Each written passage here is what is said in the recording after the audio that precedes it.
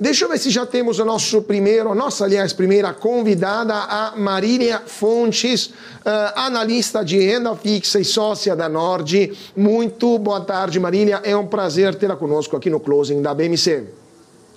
Boa tarde, muito obrigada pelo convite.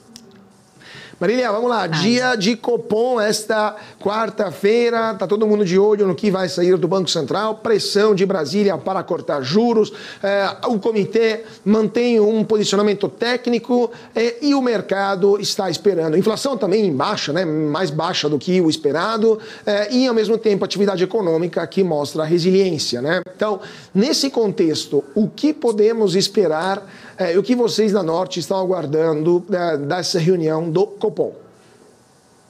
A gente espera que seja uma reunião do Copom onde ele mantenha a Selic estável, né, em 13,75, acho que não vem muita coisa daí, mas no comunicado a gente espera que ele comece a abrir a porta para ter um ciclo de queda começando já na próxima reunião de agosto. Eu acho que começa um ciclo de queda com 0,25. Por quê? Porque a atividade está dando sinais de força ainda, de resiliência, né? Então a gente teve dados de desemprego voltando para os melhores dados recentes, de 8,5%, a gente teve vendas no varejo, produção industrial, IBCBR, todos os dados aí vindo melhor do que esperado. Com compensação, a gente teve também uma inflação vindo um pouquinho mais baixa do que o esperado, mostrando que sim, a gente pode começar um ciclo de queda, mas tem que ser com cautela.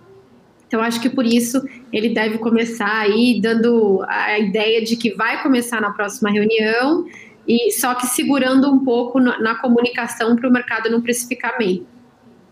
Mas só para complementar essa resposta, Marília, mas mesmo se vocês continuam precificando esse cenário, mesmo se o Banco Central americano hoje, né, o Powell declarou hoje que ele nunca falou de pausar a alta dos juros, ou seja, mesmo se os Estados Unidos vão continuar subindo os juros, vocês esperam que o Banco Central do Brasil vai poder cortar?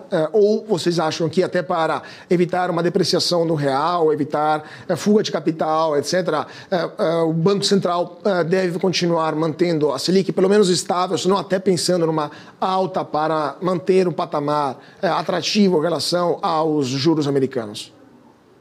Essa questão é uma questão super importante, mas eu acho que se o aumento de juro americano for um aumento sensível, né, for um aumento marginal, ele não vai atrapalhar o nosso ciclo de queda aqui. A gente foi o primeiro país a começar a subir, a nossa inflação já vem caindo de forma estável há bastante tempo, né, vem caindo consecutivamente. Então eu acho que um ciclo de alta de juro americano indo para 5,5 ou 5,75, enfim, não é uma coisa que vai atrapalhar a gente aqui no Brasil. Agora, se descobrirmos eventualmente que o juro americano tem que ser acima de 6, 7, alguma coisa desse tipo, aí sim, aí acho que o Banco Central teria que ir com mais cautela, sim. Mas até um dos motivos, né, para ele começar aí com 0,25 para ter graus de liberdade para reduzir, de repente, ou desacelerar a alta se for necessário. Se ele começa com 50, aí o mercado vai pedir cada vez mais. Então, acho que vale a pena ele ir com mais cautela, né? E acho também que a gente tem um diferencial de juro muito grande ainda em relação aos Estados Unidos, né? Então, 13,75 contra, grosso modo, 5, 5,5, que é perto do que eu acho que vai acontecer, ainda tem muito carrego aí para você ganhar em juro brasileiro. Então eu acho que uma alta leve não atrapalharia. Claro, claro. Vamos ver então, Isa Takaki, sua pergunta para a Marília. Eu acho que a Isa está sem microfone, está sem áudio a nossa Isa. Deixa eu ver se a gente consegue recuperar a Isa Takaki. Agora foi. Ok. Boa tarde, Marília. A gente sabe que, né, a gente acompanha, segundo os analistas, é quase certa essa manutenção, porém pode ter uma sinalização de queda aí nas próximas reuniões. Agora, os bancões, né? E qual bancão, na sua opinião, se posicionar para quando os juros caírem? Você diz compra de ações de bancos? Sim. Eu acho que aqueles bancos mais ligados a crescimento, né? Os bancos Itaú, Bradesco, esses bancos mais bancões que crescem menos ao longo dos anos, são bancos mais estáveis. Eu acho que eles vão performar bem, mas menos do que outros bancos mais ligados a crescimento. Por exemplo, o Banco Inter. O Banco Inter é um banco altamente sensível, né, ao efeito das taxas de juros. Então, eu prefiro bancos eu acho que eles têm maior assimetria. Outros exemplos podem ser XP, Banco Pactual. Acho que esses vão ter um resultado melhor dado a queda de juros. E, Marília, sempre pegando o gancho com a pergunta da Isa, em relação à Bolsa, hoje a gente viu um Ibovespa chegando aos 120 mil pontos, né? Os gringos também aparentemente estão de volta ao Brasil.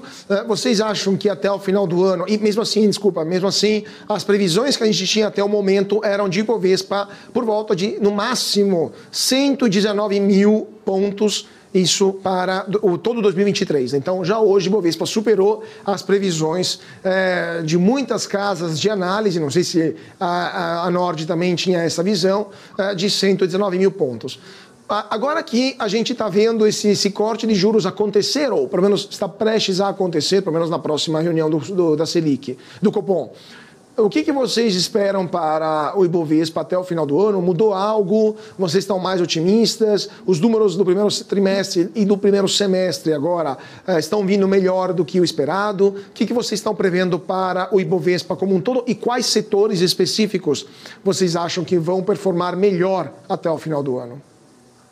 Perfeito. A gente vem bastante otimista a partir de março, né? Principalmente depois aí do anúncio do arcabouço fiscal. A gente acreditou que era um arcabouço bom o suficiente para tirar o risco de um cenário catastrófico, né? Então, só essa reavaliação de risco já tirou aproximadamente 300 pontos, né, do juro longo. Então, o juro longo caindo aí em torno de 3%, é uma bolsa em torno de 140 mil pontos, né? Então, a gente acha aí que tem espaço, sim, para andar. Acho que até o final do ano a gente vai ver mais alta, sim. E eu acho que os setores que mais vão se beneficiar são os setores mais sensíveis à taxa de juro, que é o que a gente chama de ações de crescimento, né? Ações cuja receita pode aumentar em várias vezes aí o valor atual. Então, alguns exemplos: Banco Inter, MRV, Banco Pactual, vou pensar aqui, Prio, né? Então, ações que têm o potencial de aumentar bastante a receita e, portanto, quanto mais o lucro está no futuro, mais sensibilidade elas têm aos movimentos da taxa de juros. Então, acho que essas ações vão ser as mais beneficiadas. Perfeito. Isa Takaki. Esse corte de juros, né, acaba abrindo espaço, inclusive, para ganhos em bolsa no ambiente de redução de risco fiscal, crescimento econômico também mais resiliente. Na sua opinião, os estrangeiros vão prestar atenção a essa capacidade de implementação do arcabouço fiscal, por exemplo, aumento das receitas, a taxa de crescimento e o andamento da reforma tributária? Sim, acho que todo mundo está prestando atenção nisso. O mercado, se você for ver, ainda está bem leve, né? O mercado não está numa onda de otimismo. Quando você vai ver o posicionamento do institucional brasileiro, até das pessoas físicas, você percebe que eles não estão em posições muito altas em relação ao histórico do que eles costumam carregar. O institucional, por exemplo, está bem leve, está quase zerado. Então, eu acho que o mercado está comprando a bolsa de uma forma cautelosa, exatamente observando aí os riscos de execução e de aprovação de todo o arcabouço. A não aprovação, por exemplo, a ausência do cumprimento do arcabouço teria uma consequência ruim em termos de volta de prêmio de risco e piora na bolsa, mas ao que está aparecendo, a gente tem uma situação no Congresso bem favorável, há uma responsabilidade fiscal, né, e o próprio governo vem demonstrado indícios de que está preocupado com a responsabilidade fiscal e que quer trabalhar os dois lados, a responsabilidade fiscal e social, que é o que eles vêm falando, né, o Galípolo. E acho que nessa toada, e principalmente com os preços tão deprimidos, né, os múltiplos da Bolsa tão deprimidos como eles estão, tem espaço para a Bolsa subir, mesmo sem que a gente tenha que conversar os mínimos detalhes de quando que a gente passa a ter um superávit, em quantos anos a gente começa a ter uma queda da dívida PIB, enfim.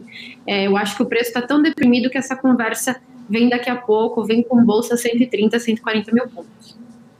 Pois é. Agora, você citou o Galípolo, né, Marília? Galípolo é atualmente o número 2 do Ministério da Economia, da Fazenda, no caso, e ele poderia se tornar, se for aprovado na sabatina da próxima semana, o diretor de política monetária do Banco Central. Ou seja, geralmente o diretor que sucede ao presidente, ao atual Campos Neto, né, nesse momento. Então, você acha que o governo vai colocar cada vez mais economistas heterodoxos, ou pelo menos mais próximos da sua visão ideológica, no Banco Central? Isso poderia mudar algo na política monetária nos próximos meses e anos, considerando que vai entrar o Galípolo e vai entrar outro diretor também ligado ao Partido dos Trabalhadores? Ou você acha que essas pessoas também vão continuar atuando de forma mais técnica? Só para a gente também lembrar para o nosso público, durante o governo Dilma, o Banco Central não era independente e a gente tinha uma equipe muito próxima ideologicamente ao executivo, e o Alexandre Tombini, que liderava na época o Banco Central, cortou juros, criando também uma espiral inflacionária que chegou a 2 dígitos, né? Você acha que um cenário, não digo parecido, mas similar, poderia voltar a ocorrer no futuro? Esse é sempre o risco, né? O Galípolo foi um dos autores de críticas às taxas de juros altas, o que é uma preocupação, porque o Banco Central atual está tendo uma gestão bem técnica, as expectativas são desancoradas, então isso é o que explica a falta de juro baixo no Brasil e não qualquer outra coisa que se possa ventilar, né? Se você quer fazer um ciclo de queda consistente, você precisa de uma ancoragem das expectativas. Então, essas falas não ajudam, né? E acho que sempre a gente vai seguir tendo um prêmio de risco exatamente por conta disso. Mesmo que a Selic caia abaixo de 10%, por exemplo, em patamares de 1 dígito, acho que a gente sempre vai ter um prêmio de risco Galípolo, né? Não tem como a gente adiantar que tipo de gestão vai ser. Mas eu tenho a impressão também que a gente está numa situação que vários players aí do mercado mostraram uma certa preocupação com a credibilidade. O Haddad vem falando coisas mais nesse sentido, né? Inclusive falando que talvez não alteraria a meta de inflação de 3% ao longo dos próximos anos. Isso seria uma notícia muito positiva. Semana que vem a gente vai ter a reunião do Conselho Monetário Nacional, que vai ser uma reunião importantíssima para a gente ter exatamente esse indício, né? Será que o governo valoriza a responsabilidade na condução da política monetária? Se a gente não tiver nenhuma alteração de meta, ou for uma alteração discreta, enfim, e o arcabouço de política monetária seguir como está, vai ser uma notícia extremamente positiva para o mercado, que deve reagir muito bem, reduzindo bastante os prêmios de risco atuais. Perfeito. Então, vamos ver o que vai acontecer e se de fato teremos um cenário mais positivo pela frente e se de fato a próxima reunião, né, do cupom levará, né, criará condições para um corte, ou melhor, cortará os juros, né, cortará a Selic e de quanto será esse corte. Muito obrigado, Marília Fontes, analista de renda fixa e sócia da Norte Research, por ter estado conosco hoje. É um prazer tê-la aqui no nosso closing da BMC. Muito obrigada pelo convite, prazer é todo meu.